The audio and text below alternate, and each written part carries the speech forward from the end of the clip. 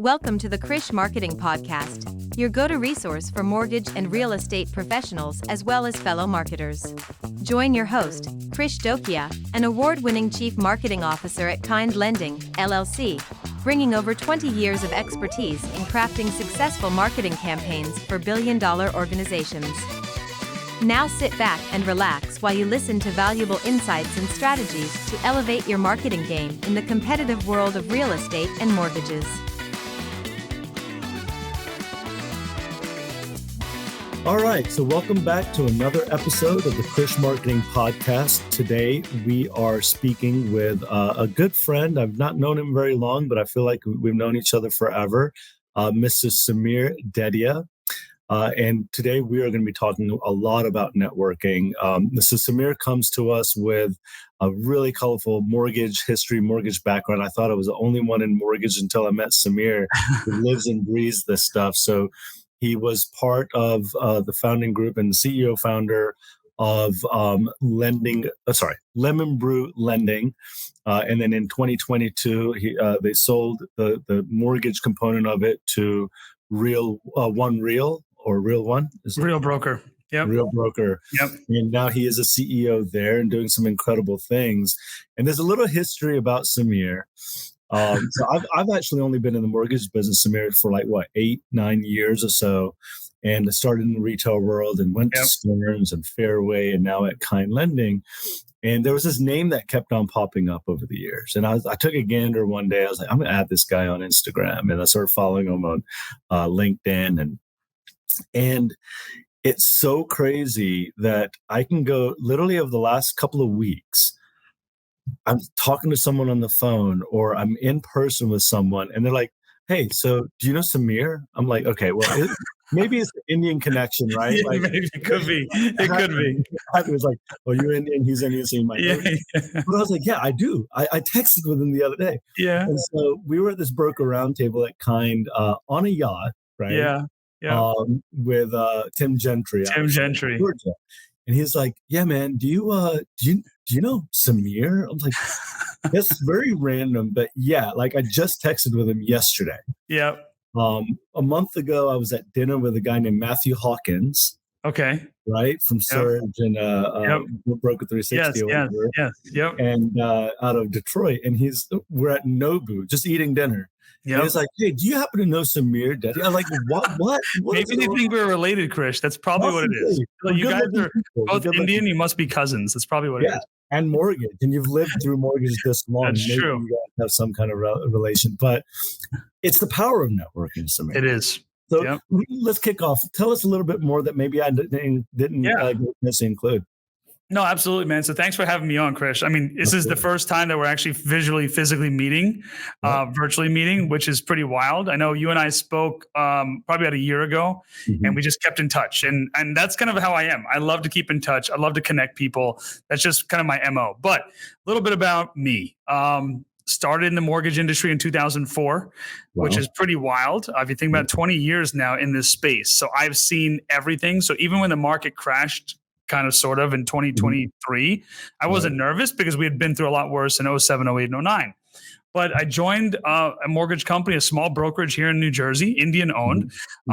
We had a family relationship with the owner of the company. I came in not knowing anything. Previous to that, I was working at Ernst & Young. So I was in the financial space, doing audit, didn't know anything about mortgage. And it's interesting, man. You look back on all that and you're like, damn, that was pretty wild what I did. My parents were pissed off at me for leaving corporate America. My wife, who we were just married for a year, was like, what the hell are you thinking? Who's going to pay for our benefits? And we had just bought a home, a townhome at the time.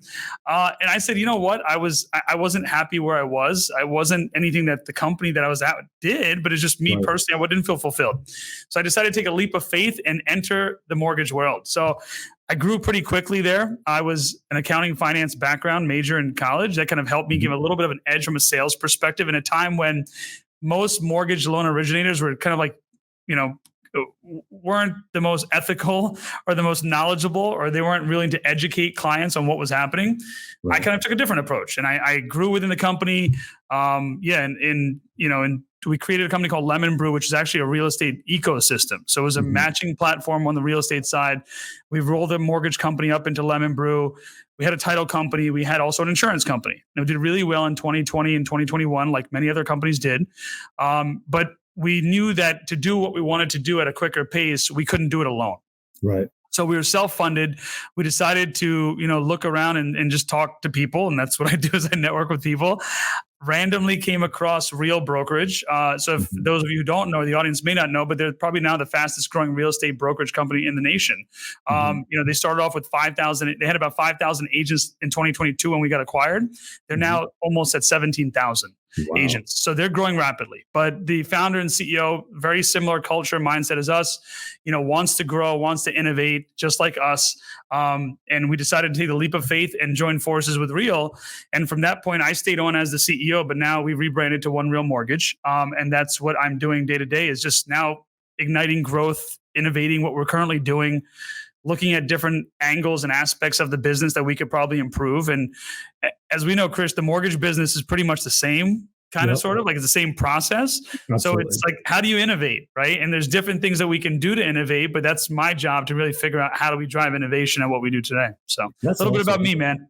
Yeah. I mean, mortgages, I remember when I switched from real estate myself, right, into mortgage in, I think it was 16 or so. And, people like, hey, Krish, why do you want to go to mortgage? It sounds like the most boring thing you could ever market.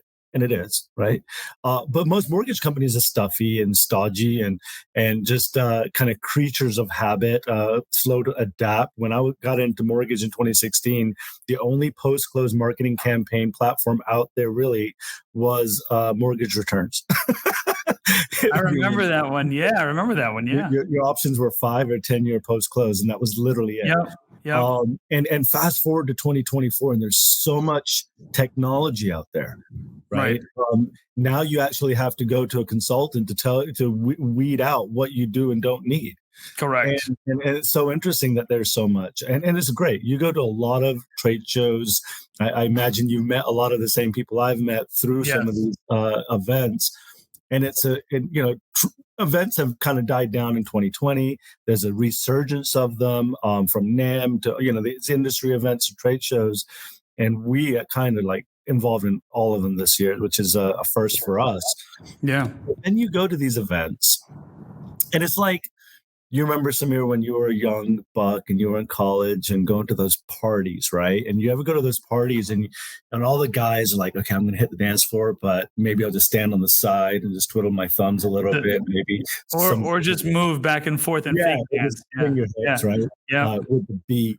But you don't talk to anyone. And you paid the cover charge to get in, right? And so same thing. People pay to go to these events. And that's all it is. They go, they get a CE, and then they, go down, gamble a little bit, fits in Vegas, and then go home. Meanwhile, there's someone like you that goes to an event and makes the most of it, right? Tell us a little bit about you as a networker, right?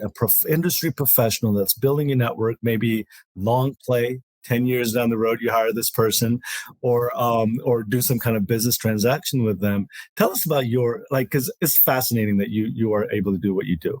Yeah, no, it's funny, Krish. Like, I don't think of it from that perspective, right? Like, I don't think like I'm going to go in there with this. Now, look, when I go to these events, I do kind of scope out who's there and who's not.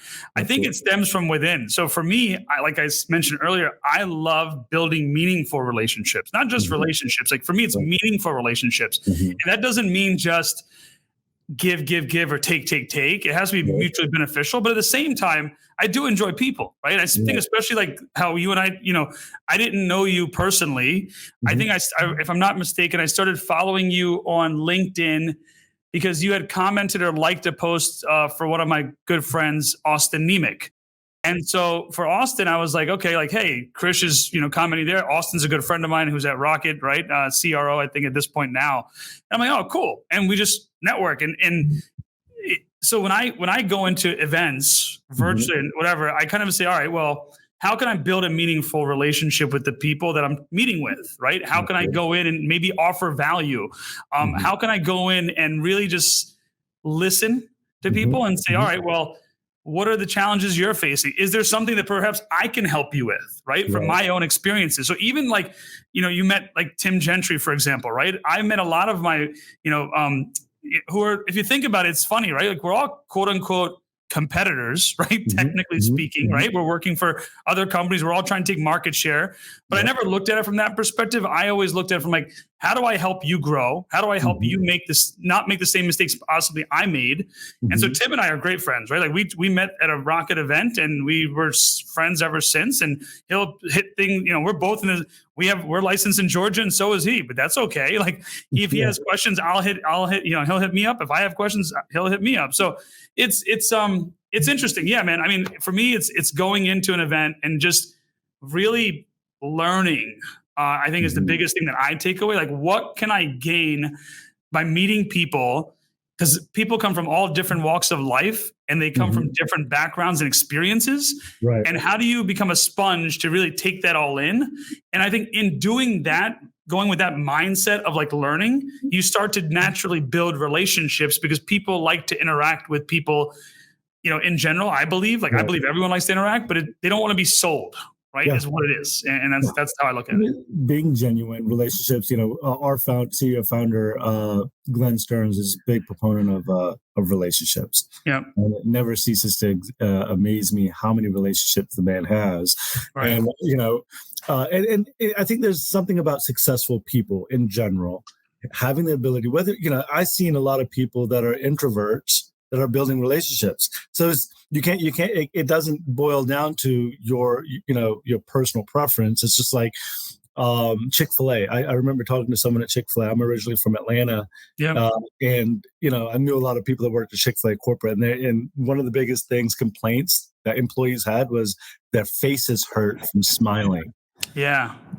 That's amazing. Holy wow. I never knew that. That's interesting. Like my face hurts from smiling because I have to smile all day and be polite. Yep. And maybe at home, then, at the end of the day, they go home and punch babies and punch walls. Get it out of their system. But QuickBooks, very similar kind of experience, right? It's like you go out there, you're approachable, you're smiling, you're happy.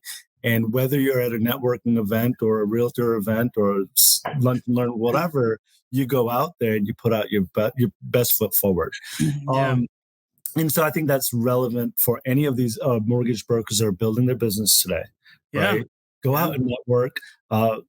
Long game is, in a year, you might get that loan officer to join your organization and so forth. So pivoting slightly. Yeah.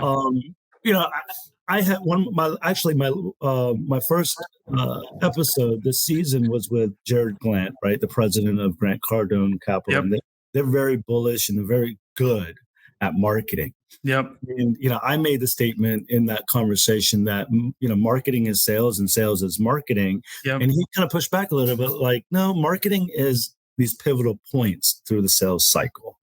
And I would venture to say that also networking is, because you're more likely to get the business if you've established that relationship, whether it's a home buyer or a realtor agent or whatever, right?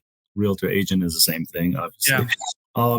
But so you've been super successful in growth. You're very, I'm assuming, goal oriented. I'm not going to guess that about you. I pretty much can say that I know that about you. Yeah. What are some strategies that you've employed as you've grown as, right? You started as a small broker. Yeah. And you're pretty humble about, haven't mentioned some of the big accolades that you've had in your career. So we'll cover that here in a bit. They're just metal. That's all they are. They're just metal. It's like personal connections, or we can even add, your marketing or sales cycles and things like that. What is it that you can kind of pinpoint that here's like a handful of things that I did as a broker that has attributed to my success? So it's funny, right? So real quick, you talked about Chick-fil-A, and I remember before I got in the mortgage business, I partnered up in a Dunkin' Donuts, right? Go figure. Indian dude partners up in a Dunkin' Donuts. But it was interesting that the store that we bought was doing really poorly. Mm-hmm. And when we walked in, the first thing I thought of was, this is depressing. Like, the people weren't happy. Mm-hmm. They weren't reaching out to customers and just building those relationships. So when you said Chick-fil-A, immediately I thought of like any business. But I will say that the biggest, I am goal oriented. I'm not big on like, I'm big on like acronyms, kind of, sort of, but not really. Sure. But and I'm a storyteller. So, Okay. in 2019, I was thinking about, like, at that time, my partner had told me, "Hey, I need you to run mortgage in its entirety," and that meant me getting out of origination, right? But I was a very successful loan officer through the years, and it's just because I was a student of the game. I just wanted to keep getting better.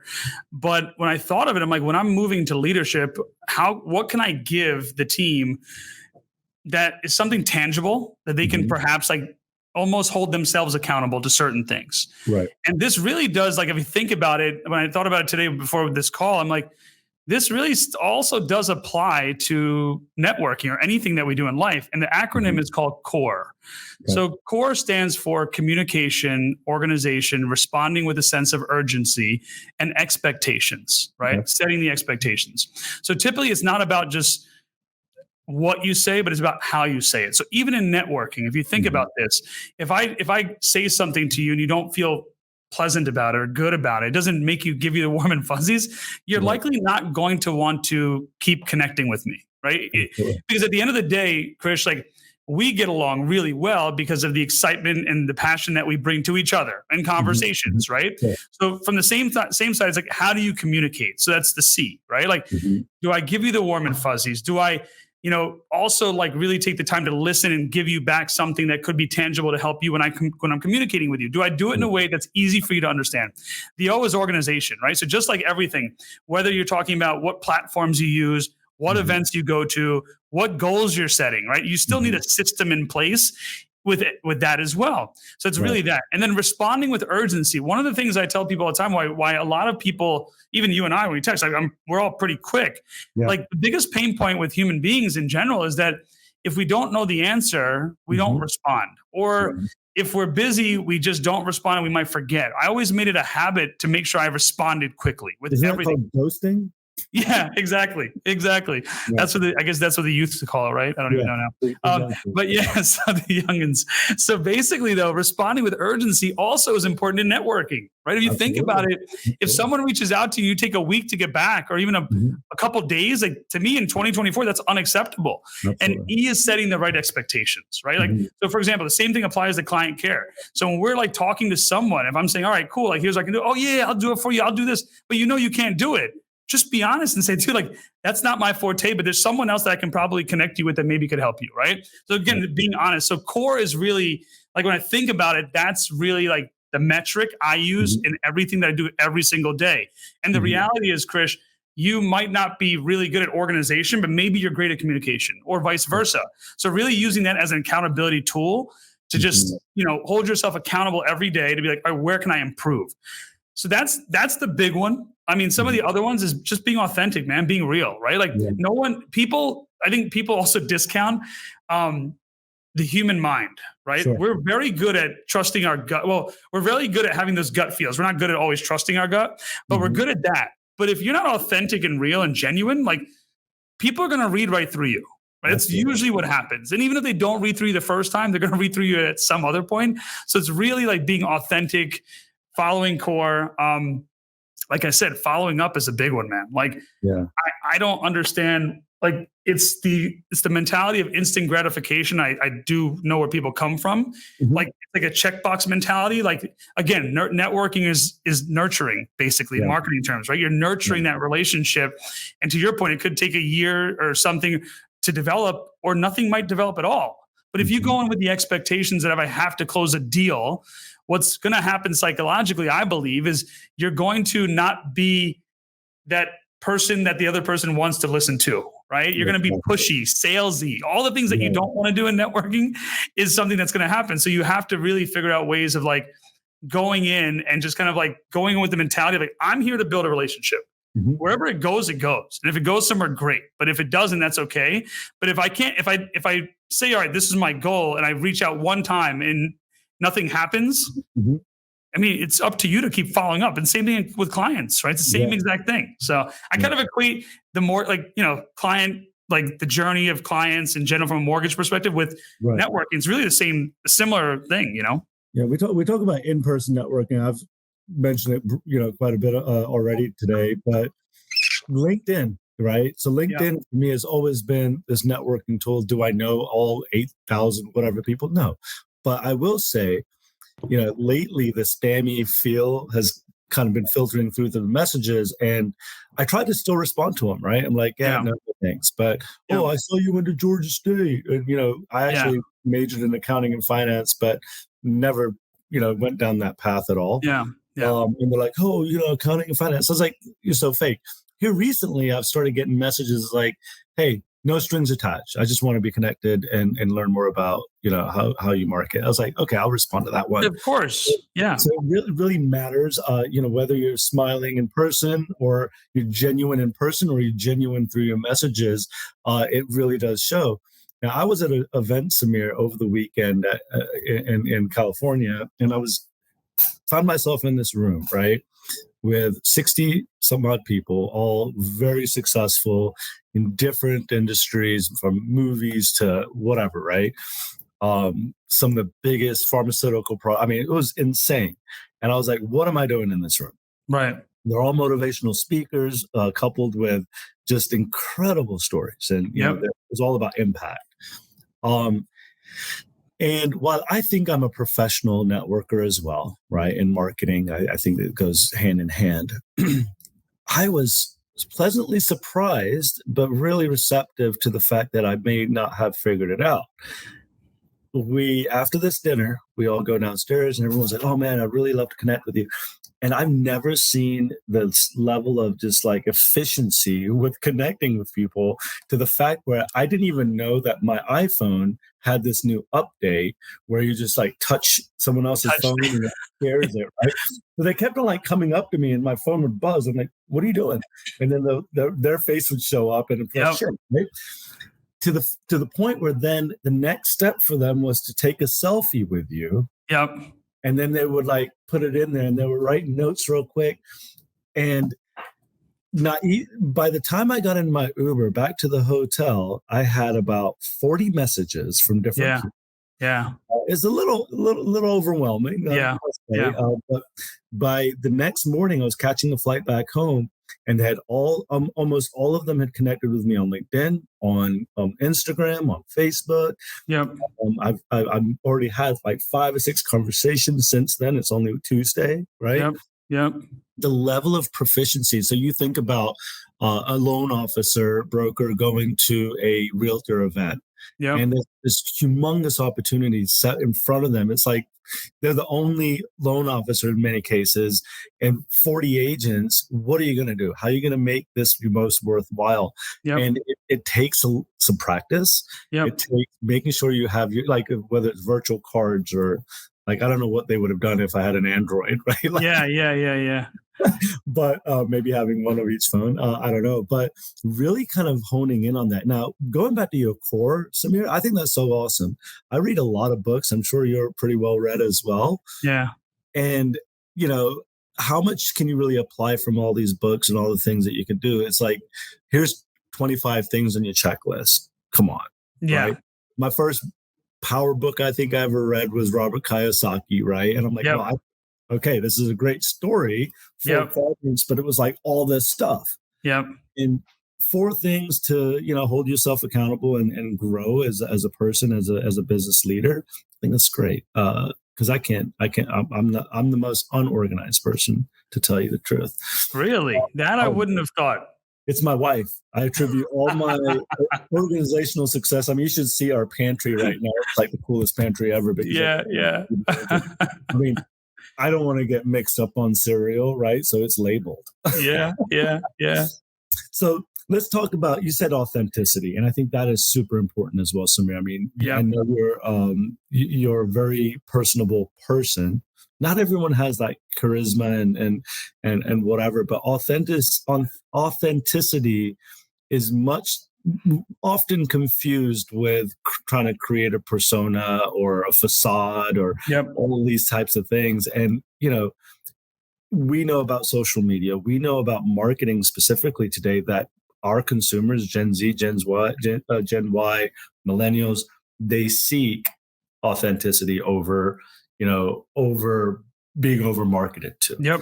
So how are you, you lead, how big is your team today? I mean, Yeah, we're growing quite a bit. We're probably close to 50 to 60 team members. yeah, and you're their mentor in every aspect, really. How are you relaying that message to them about, your authenticity, your personal brand? Yeah, no, it's a good question. I mean, I think you're right. A lot of people try and create a facade, and people can read through it, like I mentioned before. So really, it's hard to say and it sounds so cliche, but it really is being yourself, right? And accepting who you are and not trying to create, something that you're not. I tell people a lot, when you're speaking to someone, like even in the sales side, like, or even when work, I want to understand, like you asked me like, what's your story, right? Story is really important for you just to understand who they are. Right. I tell people all the time, one of the most influential books I've read at a young age was To Kill a Mockingbird. I don't know if you remember that. Atticus Finch, and and one of the themes that came out of that was always put yourself in the other person's shoes, right? So if you think about that and approach every conversation that way, like, people have bad days. Right. We have bad days. Other people have bad days. Sometimes people are going through something we don't know about, perhaps, right? And I think it's okay to learn about what that is and from a perspective of helping them. I think that's where I believe like you're going to get a lot more compassion that way, really just understanding who they are. So, I mean, when I speak to our teams, it's really like digging deeper, asking questions, learning, and most importantly, listening. I think a lot of people do a really poor job of listening. They think that they're listening, but most of the time they're just talking. And they walk away feeling so great. Oh, I had the best conversation. But then what did you learn from that person? If you didn't learn anything about the person, then you probably didn't have a very good conversation. So that's kind of the approach that I take, And I'm really bad about this, Samir. I can talk to you until I'm blue in the face, which I'm brown. It's hard to make my face blue. But I won't remember names, man. So hard. Well, have you watched the movie House Bunny? No, I haven't yet. I barely have time to watch movies lately, but it's an old movie with Anna Faris. Okay, and no, I haven't watched it. She's like a sorority girl, and she's like, I don't know what the premise of the movie was, but there's one piece of it where she had this mechanism of remembering names. Yeah. And she would do this horror name. She's like Samir, like this weird thing. And that's how she remembered. So like, going back to not just authenticity, but if you had a mechanism app, whatever, and I'm not saying I've got a Shark Tank idea, I'm going to launch an app. Maybe I will. Who knows? Yeah. But to get their face, and what was the most pivotal thing that you remember from that story that they told? What if you made that note? Because I will say the conversations I had this weekend, people were like, it's not what they found on LinkedIn. No, it's the personal stuff that they shared. Yep, exactly. Absolutely. Whether it's like you had this health scare or whatever. I have the gift of gab. In fact, I don't know when to shut up most days. Same here. And, I just keep talking, and like I was like, oh my God, I just told you my whole life story. Yeah. Which is great though. But Krish, people want that, right? Yeah, so if you think about it, like when you're watching a really good movie, people are interested into that. If it's the same old story as everyone else, they don't really care. There's no and I think that's an important piece though, right? Like if you're able to tell people what's going on in your personal life, what's happening, that's where I think people feel the authenticity piece, right? That's where it is. And look, the reality, you brought something up like technology, right? Like building, that would be phenomenal, by the way. I don't know if it exists or not, but I love it. And I would be the first one to download it. But the one thing I will say is that yes, certain people have different characteristics that help them in networking or anything. Yeah. One of mine is like memory. I remember where I was, what I was talking about, who they were. I remember faces really well. I might not remember names, but I remember faces. But not everyone's like that, right? Yeah. And a lot of people, like with today's day and age, technology makes it so easy to network, right? You talk about LinkedIn, social media on Facebook, posting videos of anything that you feel like, and even just like one of our good, really good friend of mine here at Real, he's an agent, a really big agent in New Jersey. His name's Ed Stulak. But he brought up something that was really interesting to me. I'm like, what do you do to gain followers? He's like, I literally send video messages, like me personally talking And if you think about that from a psychology perspective, that's genius, because all you're doing is making the person feel like you're actually talking to them in a conversation. Instead of leaving a text or a voicemail, he'll typically send a video, right? So that's where I think there's a lot of things that we can do from a technology perspective. At the same time, I tell everyone, you got to figure out what works best for you. Like you can't try and like do what everyone else is doing if it doesn't fit who you are, because that goes back to authenticity. You have to be who you are. And that's kind of like where you thrive, is like just figuring out what that niche is. And it takes time. I think you have to just be patient, you know? You have to figure out what fits. But the other part of it, you know, we talk about technology and we're just so consumed by AI and all this stuff, right? And how to break it down and make it work. And I wrote an article in Scotsman Guide maybe a year or two ago, and it was like, you know, getting back to your roots and doing some guerrilla marketing, because there's a place for all that as well, which also includes boots on the ground, door knocking, whatever. Okay. And someone in the marketing, actually, they were a CMO at a much larger company than I was at the time. And he's like, dude, are you sure you want to put that message out there? I was like, hell yeah. Right. Because people aren't filling the pipelines like they used to. That people in 2020 and 2021 were just doing refi business and just got so bogged down with that stuff that then when they came out of it and rates got higher, they didn't have a pipeline. Because they didn't build relationships. They didn't build those relationships. They didn't get out and continue to network and make that. And so I meant it where, you know, you have to have a kind of a mix of that technology, start understanding it. I've got loan officers today that I've spoken to that have like their own AI chatbots that they're training others. We have a loan officer that has 2.1 million likes on TikTok. Right. You might know him, the mortgage creator, Nate Fain. Oh, Nate Fain. Yes, of course. Yeah. Yep. And so, you know, those guys, like they're incredible and they're teaching others. So you've got a lot of support now in the AI, in the technology world, and consultants and whatever, but do not let go of your core foundations, because the guys that like you and a lot of these guys that got through the 06, 08, 09s or whatever, they're going, you have something to pivot back to. Right. Correct. People that enter this industry after the fact don't know how to do that stuff. Yeah, it's interesting. So when COVID hit, I remember having a call with our sales team, telling them that real estate agents are terrified. They don't know what is happening. They don't know what the future of real estate will be. Right. So I want all of you to call all of your partner agents that you work with and just be that pillar for them, be that support, check in on them to see how they're doing.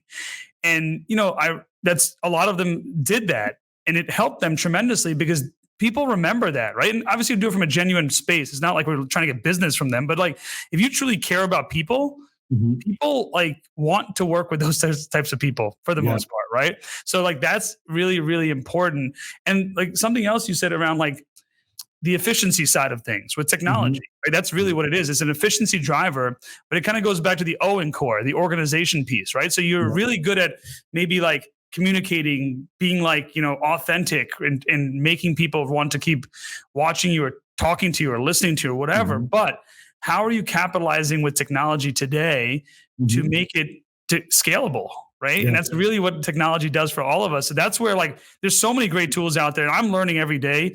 I'm not big on social, right? I don't know a lot about it, but when I talk to people, I'm like, wow, this is really amazing. Like these are things that we never had social media even growing up. It was the old school, pick up the phone and call. Here, your reach is so much larger with people that you can literally, in the snap of a finger, connect with thousands of people at one time and build your network, right? And that's where I believe like it's all about, you know, to me, it's all about like when you say like networking, right? It's truly just not only just communicating, being authentic, but the ultimate goal is to build your network, whatever your network may be. Everyone's network is different. That's the ultimate goal. How do you build your network into something more meaningful? So, you know, efficiencies is all, I could talk efficiency all day because it's so interesting. I personally do my own like TikToks and marketing stuff or whatever, but I have built this like regimen of listening to multiple podcasts before I've even had breakfast in the morning, right? When I'm doing my workout or walking the dogs or trying to get my kids ready, like Sarah Wheeler's podcast at Housing Wire or Marketing Brew and, you know, Morning Brew and things like that. And it's coincidentally everything lemon brew, you know, anyway. Yeah, brew. But I listened to like almost an hour and a half of podcast before I've even got my day started. And typically, prior to having access to these media platforms and podcasts, you'd have to do the research. You're reading Rob Chrisman or doing all these other things before. And so guess what? That hour and a half, I can do something else. Right? It's absolutely incredible. But the other pivot is generation Y. The fastest selling phone on T-Mobile right now are flip phones. Old school flip phones. Wow. Yeah, I know. That I didn't know. That's wild. I got an iPhone 15 and I got on there. It's like, wow, they've got like 6 different options for these little flip phones that have no internet. Huh. There's a new push and demand for kids to have teenagers don't want access to internet. Wow. It's funny. I told my kids that. I told my wife that. So I have 3 boys, 14, 14, and 12 and a half. And I actually told my wife, I was like, why did we buy this thing? Because they're literally like this, not talking to anybody. I'm like, if the ultimate goal is for them to communicate with us in case something happens, give them a flip phone. That's exactly what I told her. Just they can text and call. That's it. They're driving the demand. I mean, I'm sure parents are paying for it. They're like, oh, hell yeah. This is awesome. We can go to dinner and they're not going to be on their phone playing Pokemon or whatever, right? But the kids are now kind of adapting to it. They want less reach. There's more young adults only committing to 1 or 2 social media platforms, unlike us who are like on 8. On everything. Yeah. So it's just like we went so fast, so far and so fast all at once that there's like this kind of like this pushback and just like, hey, relax. Like, I don't need it all. No, and that's great. Look, if it's coming from the kids, that's amazing because I think that'll get back to the roots of connecting with humans, right? Like Sharan Srivastava, I don't know if you follow him on Instagram. He's an amazing individual. He's the president of Real, but he and I are really good friends now. He put out something, be where your feet are. Right. He said this at our Real Rise conference back in October. He told everyone, be where your feet are. Wherever, like if you're speaking to someone, be in that moment. If you're listening to someone, like be in that moment. And that's really important as well, just to be there. We do get distracted, right? We're trying to do a million things at the same time. We get worried about what message is coming, who's saying what. We get distracted and we're never where our feet are. Yeah. So I think in this, like even with networking, right, back to the original topic, if you're genuinely where your feet are, you're going to get better results, right? Than just trying to do 10 different things and trying to quote unquote network, right? It's not really networking at that point. You're just checking off a list. Yeah. I mean, I think there's a lot of positive things that are coming out from that. I think there's be more focus. There'll be more opportunities for marketers to know where your audience is versus having to guess, are they on Pinterest or LinkedIn or Facebook or whatever. So that, you have to look at all the positive and I can't not. So AI, we briefly touched on that. Yeah. The last thing I did want to connect with you wasn't on the questionnaire. I'm going to throw you for a loop. and here's the thing. There's 2 things that have happened in the last couple of weeks that I cannot get out of hearing about, right? Yeah. One is Princess Kate. Yes. Yeah. And my, our thoughts with her, of course. Yeah. But the other one is NAR. Okay? Yeah. And I'm not going to make you kind of comment on just all the speculative things that have been said and the cheap kind of, I've got to talk about it. So people were, tuned into my content. But the ones that I have seen, the commentary that's happened that I've really been proud of from people I know or people I follow is looking at it from the complete opportunistic side of it. Yep. The silver lining side of it. Yeah. And so, I guess I do want to hear from you. Yeah. You seem like a very positive person, Samir. Yeah. What would you say about NAR? So, all right. In general, I'll before I begin that, I'll say that I don't believe that anything is negative. That's just, and look, it's not easy to feel that way or believe that all the time because we get hit with a lot of stuff. But I tell everyone that there's no such thing as negativity. People are like, what are you talking about? I'm like, it's a figment of your imagination. They're like, huh?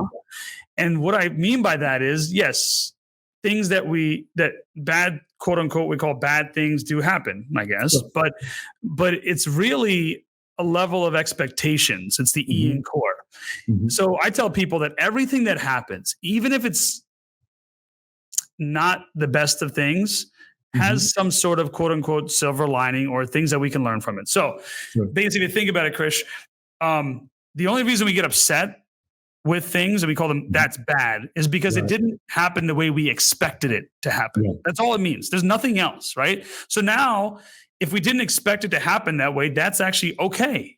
Now, what do? We pivot, figure out how to learn from that and how to make it into a quote unquote positive in our minds, right? So now with NAR, I tell people a lot in the real estate space that it's tough, right? In the sense that things were going a certain way, this was unexpected. Therefore, everyone is upset about it, and rightfully so, in my opinion, right, for certain reasons. But I believe that if you look at mortgage, just to kind of use an analogy or a comparison, right? And by no means am I saying it's the same thing. It's not the same. But there was a time in our industry where a lot of things changed, right? We went from the HUD to the CD. We went from the good faith estimate to the LE. The way things were disclosed were completely different than what it was. And a lot of people were upset. And everyone's like, oh my God, it's the end of the world. Mortgage will be done. It's not going to last. And to what you're saying is those are the times when the innovators, people who are opportunistic, come out on top, right?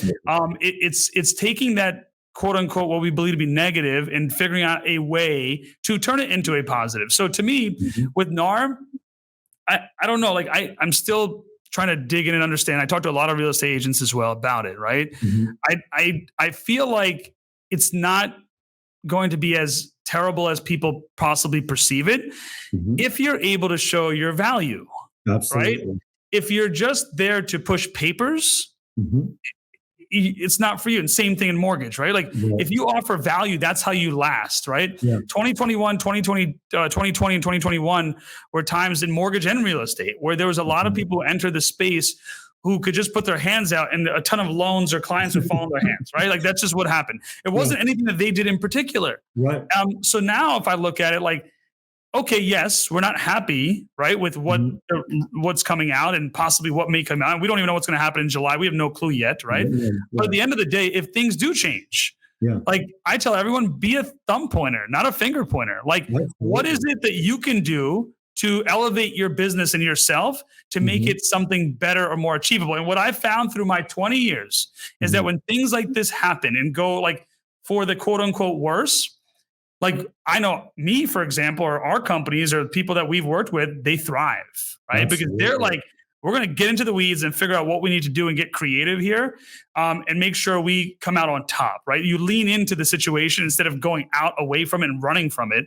Figure out, look, there's a lot of good pundits out there, a lot of people's opinions.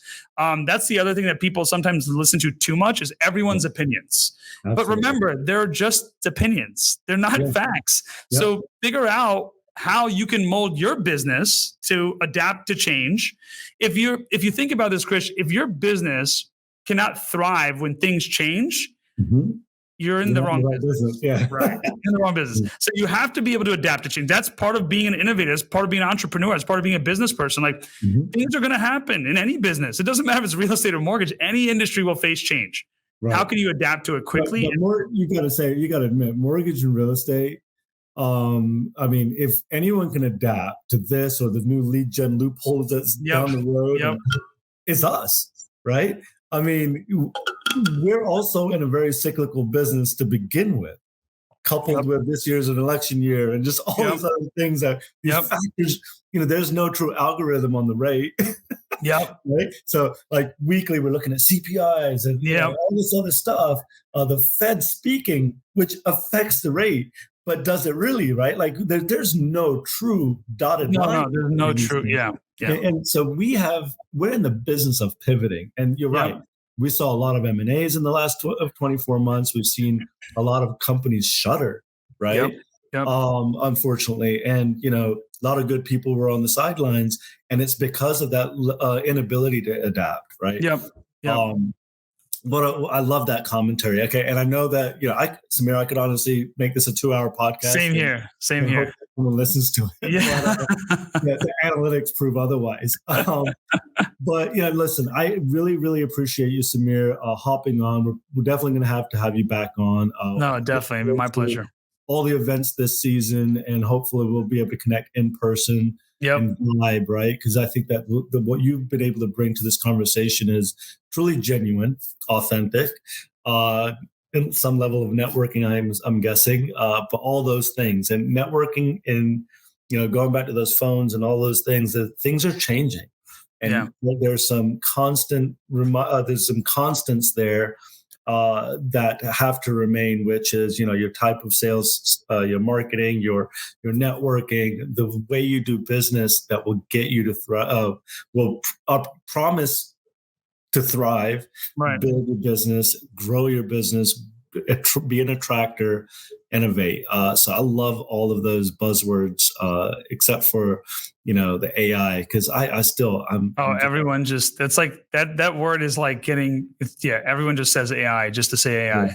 My son thinks AI is just short circuit because I finally got him. Yes, right. He goes around the house and 25, you're alive.